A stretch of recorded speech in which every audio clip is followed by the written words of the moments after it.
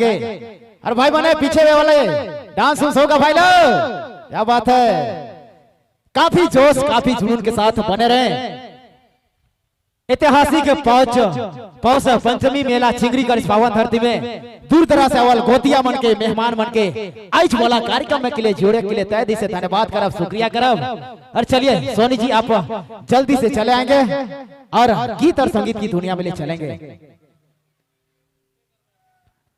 और शेरो शायरी कर पारी है कि सेले में तोर याद सतायला, जागल में भी तोर सपना देखो ना, कहना कि सेले में तोर याद सतायला और जागल में तोर सपना देखो ना, लेकिन तो मोर जिंदगी में ऐसा घुसले जैसन की फूल गोभी में पिलुआ घुसेला। करब शुरुआत अपने मनकर पसंद वाला फरमाइश वाला गीत के मिस सोनी कुमार जी के लिए जोरदार ताली होनी चाहिए। हेलो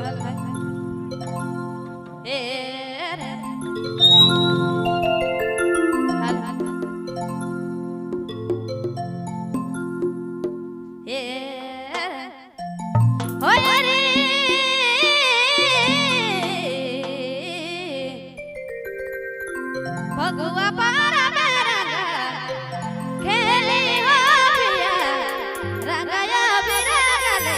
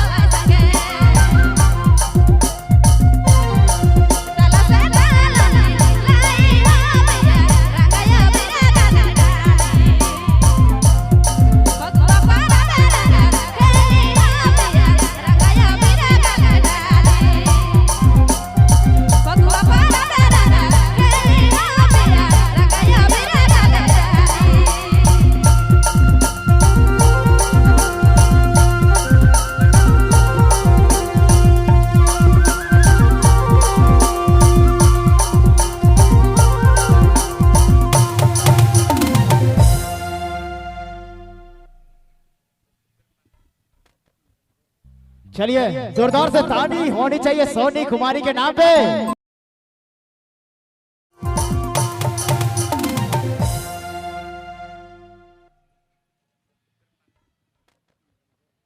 चलिए जोरदार से ताली होनी चाहिए सोनी कुमारी के नाम पे। क्या बात है। और भाई